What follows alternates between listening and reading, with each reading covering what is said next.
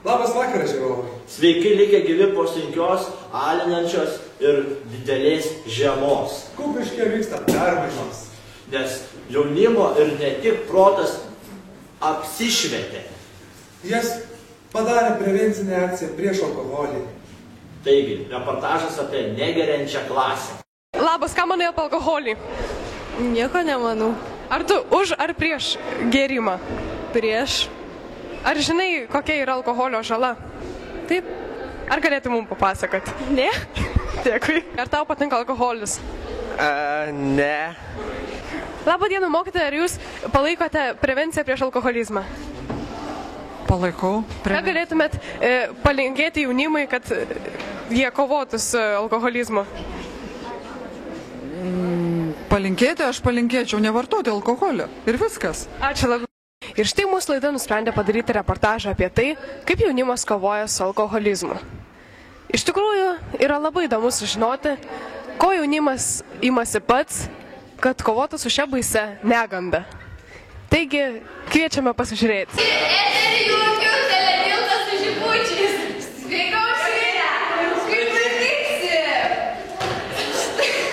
Salėje nuostabi nuotaika, o mano mikrofonas ir vėl neįjungtas. Taigi, Labas, Živilė. sveiki. Kuo tu vardu? Živilė.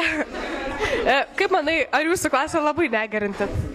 Manau taip. Ar galėtumėt papasakoti, kas būtent yra negeriančios klasės konkursas? Padėti žmonėms suprasti, kas yra alkoholis, jo žalą ir ką galime daugiau veikti be alkoholio gerimo. Ar manote, kad vaikai turi teisę ir tiksliau galimybę tobulėti ne tik kovoje prieš alkoholį, tačiau ir parodant savo talentus? Taip, čia reikia parodyti ir meninį prisistatymą, todėl ir reikalingas ir aktoriniai sugebėjimai, kurie parodomi savo bendramžiams. Ar manai, kad jūsų komanda veža? Taip, mane tai taip. Ar tau patinka šis konkursas? Taip, nes man geras savo klasė. Jėga. O kaip manai, ar dalyvaudama šiame konkurse išmoksti ko nors daugiau ir sužinai daugiau negu tiesiog apie alkoholio žalą? Taip. Ar jautiesi, kad klasė dirba komandiškai, darbingai? Taip galime pastebėti iš šios elgesio.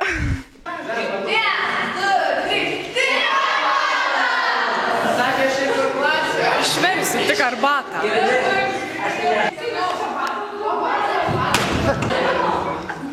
Štai mes einame pakalbinti žmogaus, kuris nukrito nuo kėdės. Ar tu girtas? Aš žinau, kad negirtas. Kaip jautiesi, kai nuvirtai nuo kėdės? Norėjau pakramtyti gumos.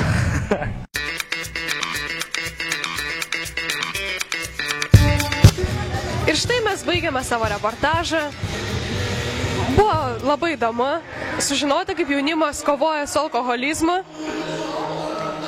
Ir aš norėčiau patarti mūsų žiūrovams, kad jie taip pat prisidėtų prie prevencijos kovojant su alkoholiu, net jei nedalyvauja kokiame nors konkurse, nes tai yra gerai. Toliau laidoje matysite. Kaip kupiškėnai suprato, kad jų gyvenime trūksta muzikos. Ir surengė muziką, tik tai gatvėje. Todėl reportažas apie muzikos ir gatvės dieną. Mielas jaunime, brangus kupiškėnai. Kupiškio jaunimo centras šių metų gegužės 2 dieną jau antrą kartą rengia gatvės muzikos dieną. Norime, kad gatvės muzikos dieną visose Kupiškio gatvėse ir skersgatviuose, aikštėse ir kiemelėse skambėtų pati įvairiausia muzika. Ką veiksi gegužės 2 dieną? Eisiu į gatvės muzikos dieną. Kur bebūtum grok. Daugiau apie renginį galite sužinoti www.gatvesmuzika.lt ir www.kupiece.lt. Pagidaujantis dalyvauti kviečiami registruotis iki balandžio 27 dienos. Taip pat pavasarinis naujų idėjų vėjas papūtė ir mūsų komandą. Įpūsta buvo nauja mūsų rubrika Gumos patarimai. Laikas jai, tiesiog žiūrėkite. Su jumis nauja rubrika Gumos patarimai. Šiandien mes jums patarsime, kaip pasigaminti durų užuolaidą iš šiaudelių. Taigi, eime pasižiūrėti, kaip ir kodėl viskas vyksta. Žmogus, kuris yra profesionalas šioje srityje, mums šiek tiek padės. Taigi, Domantai, kaip pasigaminti šią nuostabią durų užuolaidą? Reikia verti šiaudelius. Ant kojos reikia verti. Ant siūlo. Ir ar ilgai trunka verti šiaudelius ant siūlo? Taip. O kokių priemonių reikia, norint pasigaminti šią užuolaidą? Žirklių izoliacijos, siūlo ir šiaudelių. Ir ar ketini baigti šią durų užuolaidą? Gal? Nuo ko priklauso, ar tu ją baigsi ar ne? Nuo jūsų. O kur tu radai informaciją, kaip pasigaminti šią durų užuolaidą iš šiaudelių? Googlei. O žiūrovams ar galėtum patarti, kaip ieškoti informacijos? Taip, per Google. Dėkui, tai labai nuostabus patarimas. Ką galėtum palinkėti mūsų žiūrovams? Ta proga, jog jau padarai pusę savo dirbinio.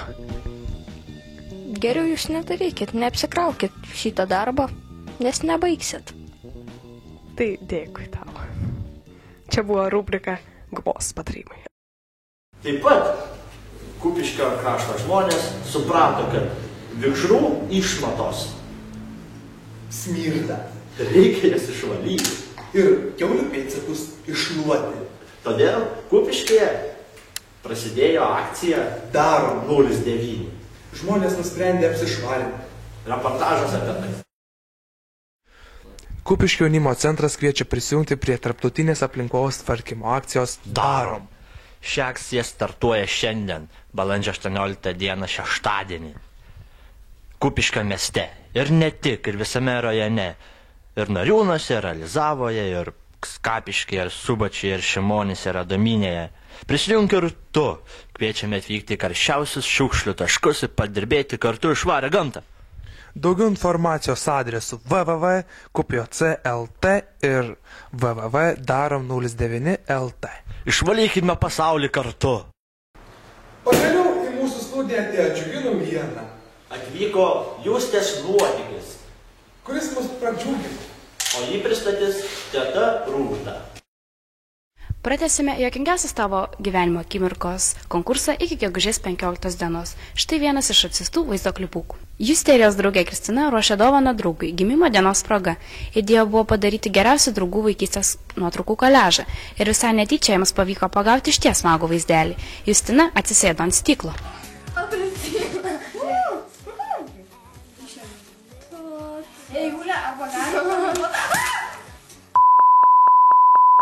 Ko nemačiau?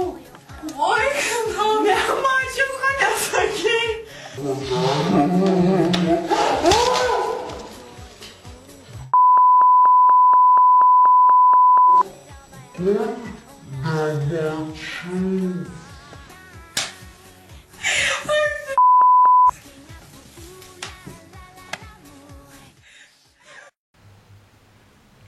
Ši mūsų laida Eina į pabaigą ir pabėgo vikšras. Dėl to mes eisime jo gauti. Iki pasimatymo, iki kitų kartų. Susitiksime iki pasiaukės.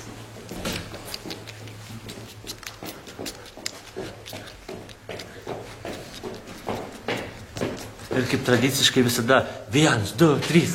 Pakramtygumos, pasakyk, koks tavo vardas, pasakyk, koks tavo vardas, pakramtygumos,